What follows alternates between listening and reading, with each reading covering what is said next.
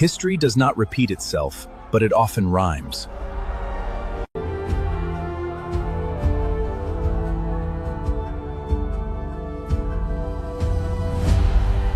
A crowd gathers below a concrete building.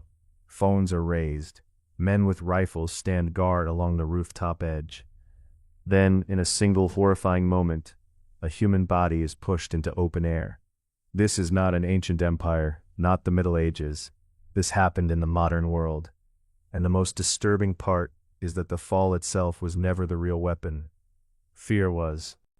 The idea of killing someone by throwing them from a rooftop feels almost unreal. It sounds like the kind of punishment buried deep in history books, beside gladiators, torture chambers, and burning stakes. Most people assume humanity left those methods behind centuries ago. After all, modern nations built prisons, courts, laws, and systems meant to replace public brutality with controlled justice. But history has a dangerous habit of returning when order collapses. For thousands of years, height itself was used as a weapon. Ancient civilizations understood the psychological power of a fall. A sword killed quickly, poison worked silently, but throwing someone from a cliff or tower created spectacle. Everyone could see it, everyone could hear it. The punishment did not belong only to the victim, it belonged to the crowd watching below. In ancient Rome, condemned criminals were sometimes hurled from the Tarpeian Rock, a steep cliff overlooking the city. It was humiliation. The victim's body falling through open air became a warning to every citizen standing nearby. Obey the state, or this could be you. Centuries later, medieval rulers used similar methods during rebellions and sieges. Castle walls became places of terror. Prisoners were thrown from towers while crowds gathered beneath the stone battlements. Sometimes the fall killed instantly, sometimes it did not. Survivors could lie broken on the ground before soldiers finished the job. That uncertainty made the punishment even more horrifying. The goal was never efficiency. The goal was fear. As civilizations modernized, these public spectacles slowly disappeared. Governments wanted executions hidden behind prison walls. Public torture began to look barbaric even to societies that still used capital punishment. Hanging, firing squads, electric chairs, and lethal injections replaced the chaos of older methods. The modern state wanted control, procedure, and distance. Throwing someone from a roof had no place in that system. It was unpredictable, messy, cruel. A person might die instantly or remain alive in agony. Modern legal systems viewed it as savage and primitive. By the late 20th century, most people believed such punishments belonged entirely to the past. Then war changed everything. In parts of the Middle East torn apart by conflict, extremist organizations began reviving ancient forms of violence. Militias and terrorist groups took control of cities where governments had collapsed and courts no longer functioned. Armed men replaced judges, fear replaced law, and suddenly rooftops became execution grounds once again. One of the most infamous examples came during the rise of extremist groups in Iraq and Syria during the 2010s. Videos began spreading across the internet showing captives forced onto rooftops, surrounded by armed fighters. Some victims were accused of homosexuality, others were accused of spying, disobedience, or violating the group's brutal interpretation of religious law. Many never received anything resembling a real trial.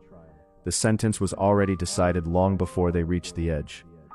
What made these executions especially terrifying was how carefully they were staged. Crowds were often gathered below before the victim appeared. Cameras recorded every angle. Fighters shouted slogans while the condemned person stood trembling at the rooftop ledge, fully aware of what was about to happen. And then came the fall. Sometimes the victim died on impact. Sometimes they survived the drop, only to be beaten or shot afterward while people watched. The cruelty was intentional. The spectacle was intentional. Every detail served a purpose. Because these killings were never just about punishment. They were about power. Extremist groups understand something ancient rulers understood centuries earlier. Fear spreads faster when people can see it. A hidden execution inside a prison terrifies only the victim. A public execution terrifies an entire population. When civilians witness horrifying violence carried out openly in the streets, resistance becomes harder. Speaking out feels dangerous. Even private thoughts begin to change under constant fear. Violence becomes a language, and rooftop executions send a very specific message. The victim is displayed above everyone else, elevated where crowds can watch from below. The fall is sudden, dramatic, impossible to ignore. In a world dominated by cameras and social media, those images travel instantly across continents. That is another reason this method still exists today. Propaganda. Modern extremist movements do not rely only on guns and territory. They rely on attention. They understand that shocking violence spreads online faster than almost anything else. News channels replay the footage. Social media users react with horror. Governments issue statements. Millions of people hear the group's name within hours. For violent organizations trying to appear powerful, that attention becomes useful. To enemies, the executions project ruthlessness. To frighten civilians living under their control, they demonstrate dominance. And to a small number of radicalized followers around the world, the brutality itself becomes part of the attraction. Some extremists are drawn toward displays of absolute control and violence because they mistake cruelty for strength. There is also a grim practical reality behind these acts. War zones are chaotic places. Extremist groups often control damaged cities without functioning prisons, courts, or infrastructure. A rooftop requires no special equipment, no execution chamber, no complex process. Armed men can carry out the killing within minutes. Brutal methods survive partly because they are simple. But simplicity does not make them less horrifying. In fact, it makes them even more disturbing, because it shows how quickly civilization can disappear when law collapses and fear takes control. It is important to understand that these executions are not normal in most societies. Across the world, governments, human rights organizations, and ordinary civilians overwhelmingly condemn such acts.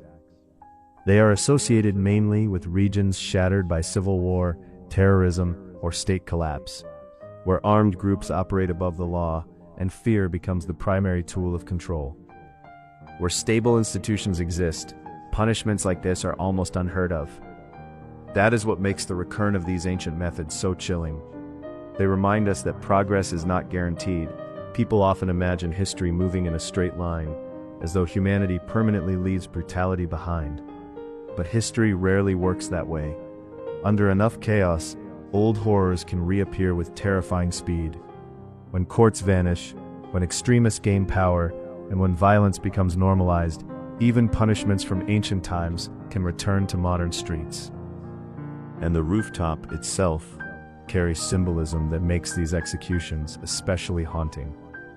A rooftop overlooks a city. It stands above homes, markets, schools, and ordinary life. By turning that space into a place of execution, extremist groups send a message that nowhere is safe. The public nature of the killing transforms the entire surrounding area into a theater of fear. Every witness becomes part of the event, whether they want to be or not. That psychological effect matters enormously. Terror is most effective when it feels unavoidable. Many survivors of war zones describe living under constant uncertainty, where public punishments were designed to break the human spirit long before physical violence reached them personally. Seeing someone thrown from a building is not just shocking in the moment, it lingers in memory. It changes behavior. It silences communities. That silence is often exactly what violent groups want. And yet, despite the fear these acts create, history also shows something else. Extremist movements built on terror rarely last forever. Again and again, societies eventually push back. Cities are reclaimed, militias collapse, witnesses speak, evidence survives. The same videos once used to spread fear often become proof of crimes later shown to the world. The brutality that once made these groups appear powerful eventually exposes the emptiness behind their rule. Because violence can force obedience for a time, but it cannot build lasting legitimacy. In the end, throwing people from rooftops survives for one reason above all others.